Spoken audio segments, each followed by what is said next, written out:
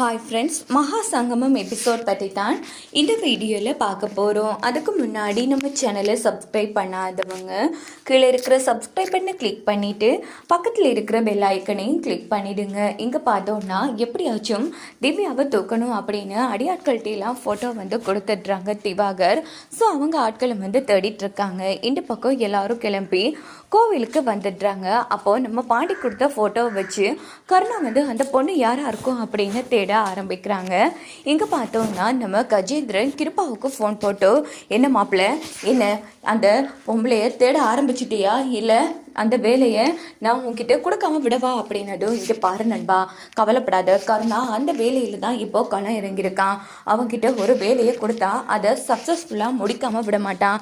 நீ எதை பற்றி யோசிக்காத, திருவிழா முடிகிறதுக்குள்ளே நீ ஆசைப்பட்ட பொண்ணு உங்ககிட்ட இருப்பா அப்படின்னதும், சரி நண்பா, நான் உன் வார்த்தையை நம்புகிறேன் அப்படின்னுட்டு கஜேந்திரன் ஃபோனை வச்சிடுறாங்க. இந்த பக்கம் பார்த்தோன்னா நம்ம திவாகர் செம கடப்பில் இருக்காங்க. அப்போ கிருபா ஒரு வார்த்தை, அன்னைக்கிட்ட ஒரு வார்த்தை சொல்லாமல் விட்டுட்டேடா அப்படின்னதும், மன்னிச்சிருந்தேன், இந்த கேவலமான விஷயத்தெல்லாம் போய் நான் எப்படின்னு உங்ககிட்ட சொல்லுவேன், இந்த பொம்பளை கதையை நானே பார்த்துக்கலான்னு தான் சொல்லாமல் விட்டுட்டான் அப்படின்னதும், சரி சரி, எப்படியோ அவ இங்கே தானே இருப்பா, பிடிச்சிடலாம் அப்படின்னுட்டு இவங்க ரெண்டு பேரும் கிளம்புறாங்க. இன்னொரு பக்கம் பார்த்தோன்னா நம்ம கருணா தேடிட்டு இருக்க தேடர்ஸ் அந்த ஃபோட்டோஸை கொஞ்சம் ரவுடிங்களுக்கு அனுப்பியிருப்பாங்க. அவங்களும் இந்த மாதிரி பொண்ணே இல்லைன்னு, வேணும்னா நாம் எப்படி சோசியல் மீடியா அதில் இருக்கான்னு செக் பண்ணி பார்க்கலாமா அப்படின்னதும், சரி பார்க்கலாம் அப்படின்னுட்டு சோஷியல் மீடியாலெலாம் கொடுத்து பார்க்குறாங்க. ஆனால் அப்படி ஒரு லேடியே இல்லை, இது ஒரு ஏஐ ஃபோட்டோ அப்படின்னு காமிச்சு கொடுத்துருது.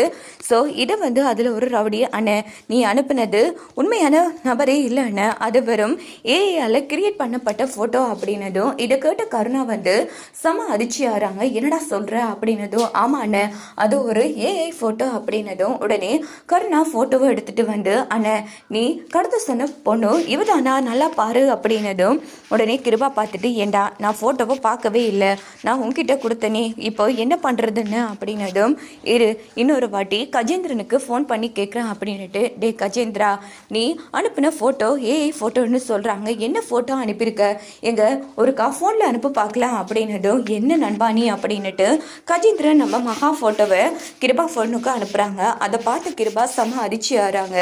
ஸோ மகா நம்ம கிருபாவுக்கு ஒரு இது சாப்பிட கொடுத்துருப்பாங்க இல்லையா, அது நினச்சி பார்த்துட்டு இந்த பொண்ணு நம்ம எதிர்த்த வீட்டில் குடி வந்திருக்கிற பொண்ணு ஆச்சு அப்படின்னுட்டு, டேய் கிருபா, டே கருணா, இதை பாடுறா அப்படின்னதும், உடனே நம்ம மகா ஃபோட்டோ பார்த்துட்டு, ஆமாம் நம்ம முன் வீட்டில் திருவிழாவுக்கு வந்திருக்கிற பொண்ணு மகா அண்ணன் அப்படின்னதும், டேய் அவன் கடத்த சொன்னது இந்த பொண்ணை தாண்டா, எப்படிரா ஃபோட்டோ மாறிச்சு அப்படின்னதும், இதை கேட்டு நம்ம கருணாவுக்கு தூக்கி வாரி போட்டுருது. ஸோ மகா தன்னை அண்ணா அண்ணன்னு கூப்பிட்டதெல்லாம் நினச்சி பார்த்து ரொம்ப வருத்தப்படுறாங்க. டேய் உங்ககிட்ட தான் கேட்குறேன் அப்படின்னதும், அண்ணன் இந்த பொண்ணையாக கடத்துறது பாவம்னு பார்க்குறதுக்கு அப்பாவியாட்டம் இருக்குது, போயும் இந்த சின்ன பொண்ணை கடத்த சொல்லியிருக்காரே அப்படின்னதும், இங்கே பாரு, உனக்கு தேவையில்லாத பேச்சு, இதெல்லாம் சொன்னதை மட்டும் செய், நீ கடத்துற அவ்வளோதான், இங்கே பாரு, நமக்கு இதை விட்டால் நல்ல வாய்ப்பு கிடையாது, தேட தேவையே இல்லை, திருவிழா முடிகிறதுக்குள்ளே அவளை எப்படியாச்சும் தூக்கிடு, புரியுதா அப்படின்னதும், அந்த இடத்துல ரொம்ப வருத்தப்படுறாங்க நம்ம கருணா.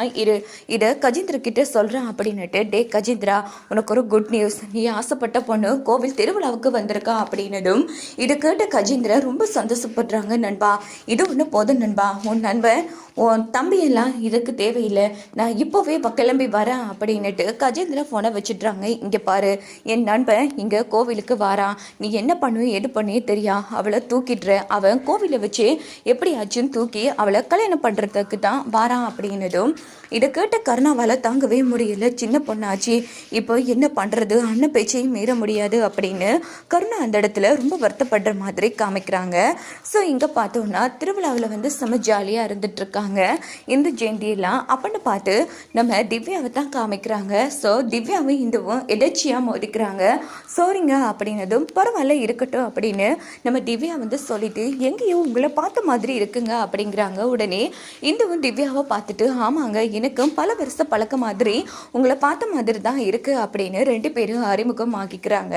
ஸோ இந்துவும் திவ்யாவும் பேசிட்டு இருக்கிறத தூரத்தில் நின்று திவாகர் பார்த்துட்றாங்க. இவன் அன்னைக்கு பாரில் வச்சு எனக்கு அடிச்சு விளாச்சே, இவ கூட இவளுக்கு என்ன என்ன பேச்சு, இன்னைக்கு இவளை விடவே கூடாது அப்படின்னுட்டு உடனே நம்ம திவாகர் என்ன பண்ணுறாங்கன்னா, ஏண்டி எவ்வளோ தைரியம் இருந்தா என்ன அடிச்சுட்டு எங்கள் வீட்டு பொண்ணு கூட நீ பேசிட்டு இருப்ப, இந்து யார் இவா அப்படின்னதும் உடனே இந்து வந்து என்னங்க அடிச்சா அதுல சொல்லிட்டு இருக்காரு அப்படின்னு இந்து வந்து கேட்குறாங்க. ஐயோ உளறிட்டுமே அப்படின்னு திவாகர் யோசிக்கிறாங்க. அது ஒன்றும் இல்லை இந்து, இதோ நிக்கானே இந்த பொறுக்கி பையன், இவன் என் ஃப்ரெண்டு வீட்டில் வார் போட்டுட்டு இருக்கான். என் ஃப்ரெண்டு அந்த வீட்டை தன்னோட அம்மா மாதிரி பார்த்துட்டு இருக்கான். அந்த வீட்டில் போய் வார் போட்டுட்டு இருக்கான். அங்கே ஸ்கூலுக்கு போகிற பசங்களுக்கும் சுற்றி இருக்கிற ஆட்களுக்கும் ரொம்ப டிஸ்டர்பாக இருக்குது. அதனால அவங்க எல்லாரும் என்கிட்ட கம்ப்ளைண்ட் பண்ணாங்க. அதனால தான் இவங்க பாரியை நான் அடித்து நொறுக்கிட்டேன். அப்போ என்னையும் அடிக்க வந்தான் இந்து, அதான் அவனை அடிச்சிட்டேன் அப்படின்னதும் இதை கேட்ட இந்துவுக்கு ஆச்சரியமாக போயிடுது. என்ன சொல்கிறீங்க? ஆமாம், எங்கே இருக்கிற பாரு அப்படின்னு இந்து கேட்டதும் உடனே திவ்யா அட்ரஸ் சொல்கிறாங்க. அது என்னோட நெருக்கமான ஃப்ரெண்டு, இது உன்னோட பேர் தான் அவளுக்கும், அவள் பேரும் இந்து தான் அப்படின்னதும் உடனே இந்து வந்து ரொம்ப ஹாப்பியாகி திவ்யா நீயா அப்படின்னு கேட்குறாங்க. என்ன இந்து சொல்கிற?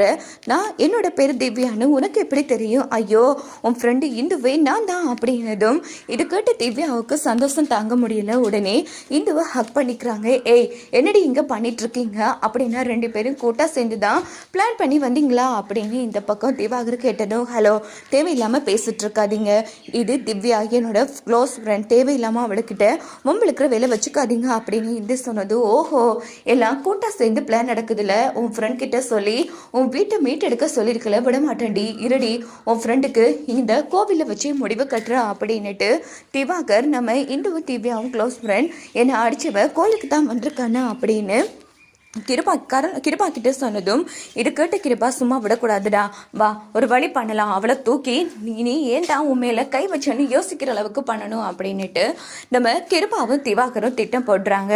இன்னொரு பக்கம் பார்த்தோன்னா நம்ம கருணா வந்து ரொம்ப வருத்தப்பட்டு கோவிலுக்கு வராங்க. அப்போது நம்ம பாண்டி வந்து என்னடா மாப்பிள்ளை சோகமாக இருக்கா அப்படின்னதும் உடனே பாண்டிக்கு நம்ம கருணா வந்து அடிக்கலான்னு போகிறாங்க. டேய் ஏன்டா அடிக்க வர, இங்கே பாரு, நம்ம கிருபா அண்ணனோட நண்பன் கஜேந்திரன் கொடுத்த ஃபோட்டோ வேற ஃபோட்டோ, ஆனால் ஃபோட்டோவும் மாறிப்பட்டிருக்கு, உண்மையை சொல்லு, நீயும் இந்துவும் தானே ஃபோட்டோவை பார்த்துட்டு இப்படி மகாவுக்கு ஒன்றும் நடக்கக்கூடாதுன்னு ஃபோட்டோவை மாற்றி வச்சிங்க, சொல்லுடா அப்படின்னதும் மச்சான் அது வந்து ஆமாண்டா இந்த சிஸ்டர் தான் மகாவுக்கு எந்த பிரச்சனையும் வரக்கூடாதுன்னு ஏஐ ஃபோட்டோவை ரெடி பண்ணிட்டு வர சொன்னாங்க அப்படின்னதும் டேய் என்னடா காரியம் பண்ணி வச்சுருக்கீங்க, டேய் அப்போது மகாவை தான் உன் அண்ணன் கடத்த சொன்னாங்கிற உண்மை உனக்கு தெரிஞ்சிருச்சா அப்படின்னதும் பின்ன இங்கே பாரு என் அண்ணன் பேச்சை எப்போவுமே என்னால் தட்ட முடியாது புரியுதா அப்படின்னதும் இங்கே பாருடா மாப்பிள்ள பாவம்டா, உன்னை அண்ணன்னு எத்தனை வாட்டி கூப்பிடுது, அது மட்டும் இல்லாமல் அது ஒரு அப்பாவே பொண்ணுடா, போயும் அந்த கிழவன் ஆசைப்பட்டிருக்கானே வேணாண்டா மாப்பிள்ள அப்படின்னதும்